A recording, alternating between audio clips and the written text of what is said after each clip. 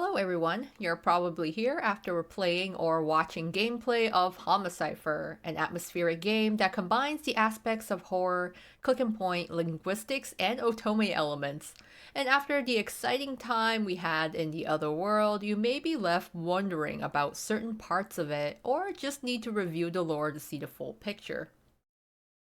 The world of Homicipher and its characters really pulled me in, and even though I don't really do these types of videos, I wanted to organize my own thoughts and share it with others.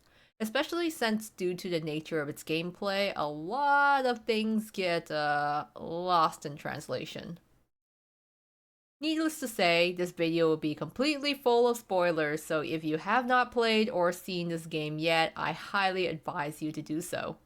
Also note this game is quite open-ended in some areas and its endings, especially when there is no official dictionary for the words that you encounter in this game. So this is simply my personal interpretation of it. Alright, without further ado, let's get going. We're going to look at things in a chronological order, starting off in the human world. There's a famous online paranormal story about the man with the red umbrella.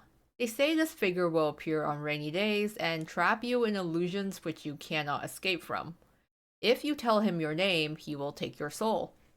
As we know with ghost stories and urban legends, this created curiosity in people to see for themselves. In addition to the ghost story about the man with the red umbrella, is also a rumor that some kind of ruins that usually don't exist will appear on rainy days. This is the ghost apartments, connected to the other world, which is where the game takes place. The main character goes to the ghost apartments as part of a test of courage, which others have also tried before.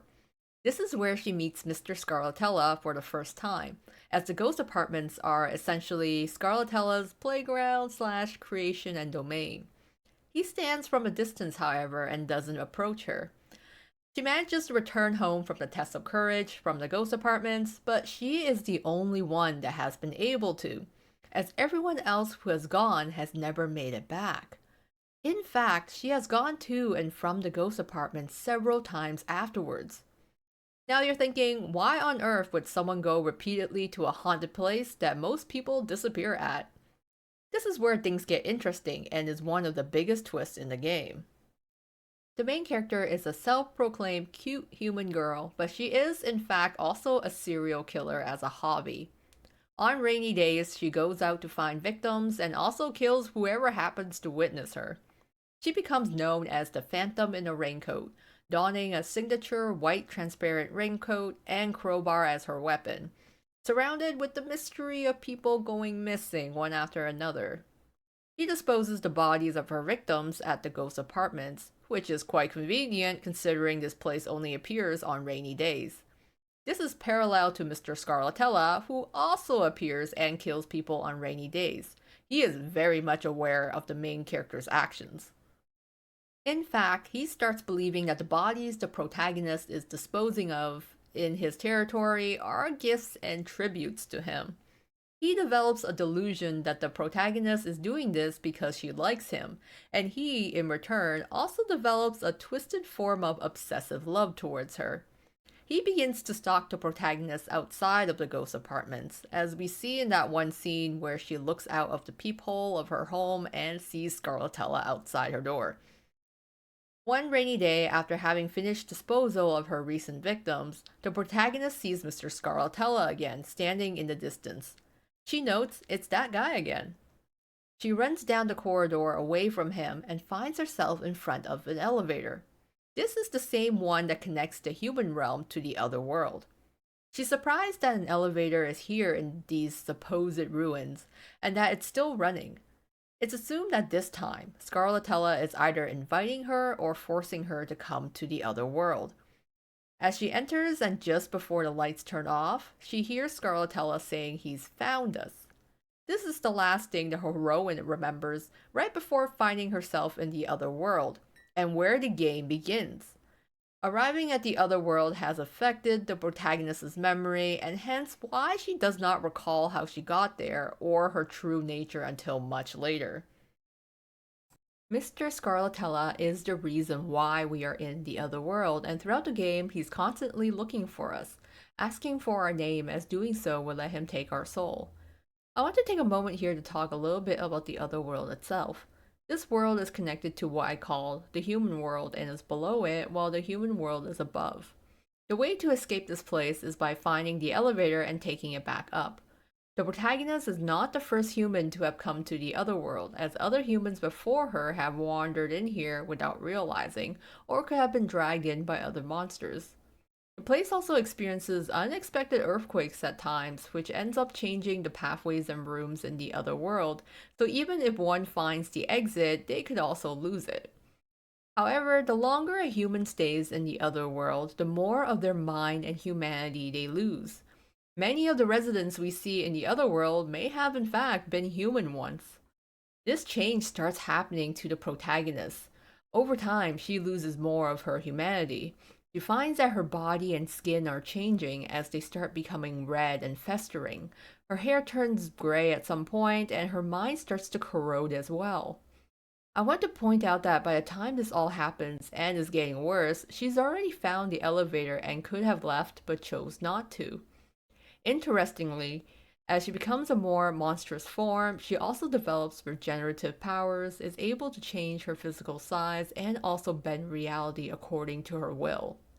The last part is important because this also makes her an unreliable narrator, as I'll bring up again when talking about the endings. Near the end of the game, Mr. Scarletella finds us, and we get caught in his illusions as he keeps asking for our name. We try to attack him. He says we've given him lots of humans and lots of blood, which is referring to all of the protagonist's victims that she dumped at the ghost apartments. The endings we get in episode 5 depend on our final confrontation with him. We can choose to accept his twisted love as he tells us he wants to follow us and get to know us and tells us he likes/loves us. If we return his feelings, we end up with the Scarletella end. In the Scarletella end, we find ourselves in another concrete room with a transparent umbrella on the ground. Picking it up, we notice Scarletella is also holding the umbrella with us, and we also see his face for a brief moment before fading away. We continue to walk through the ruins, with the last words being Mr. Scarletella saying he's with us. In this ending, instead of a red umbrella that symbolizes Mr. Scarletella, we pick up the transparent umbrella that represents the main character, as she wears a transparent white raincoat. What this seems to imply is that Mr. Scarletella and the main character have essentially become one. She's the main entity, but he is like her shadow, appearing and disappearing. Alternatively, if we reject Mr. Scarletella throughout the entire confrontation, we get some additional possible endings. Rejecting him results in us ultimately destroying the ghost apartments in the human world through what I can only describe as manifestation. She thinks about how she wants to send Scarletella to hell and is able to bend reality to destroy the whole area, defeating him in battle. What remains in the wreckage is a battered red umbrella. This is Scarletella's core, and we can choose to talk to it or break it. If we talk to it, we note that Scarletella has lost his memories and does not remember who he is or what his name is. We decide to give him a name ourselves and declare him to be our servant from now on, who will always be at our side. One thing of note is that the residents in the other world don't actually have names. We call different characters things like Mr. or mr.crawling, but these are simply nicknames we've assigned to them non-officially, and we can actually change these nicknames in the game. The residents don't even understand the concept of a name, but here it implies that granting someone a name gives us power over them. Scarletella is now our servant, and we head off together, which gives us the Scarlet Rain ending. Choosing to break the umbrella instead has the telephone ringing and telling us we can choose our own world and path. Choosing the smartphone has the protagonist waking up in their room in the human world, where the entire events of the game were all a dream. This is the awakening end. Choosing the telephone has us waking up with Mr. Crawling next to us, who was concerned that we weren't waking up.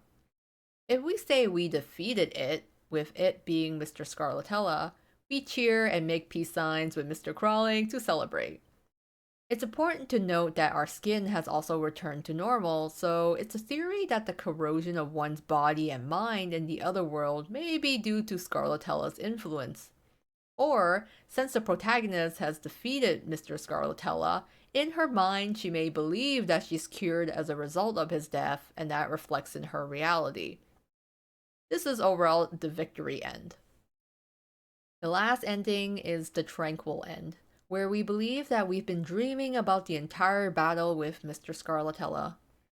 At this point, we still haven't found the exit, and our body is still in a corroded state. We decide, however, that we still have lots of time and continue our journey on to find the exit. There are many endings in this game, 34 in fact at the time of this video, but the ones we've looked at are as far as the main story goes.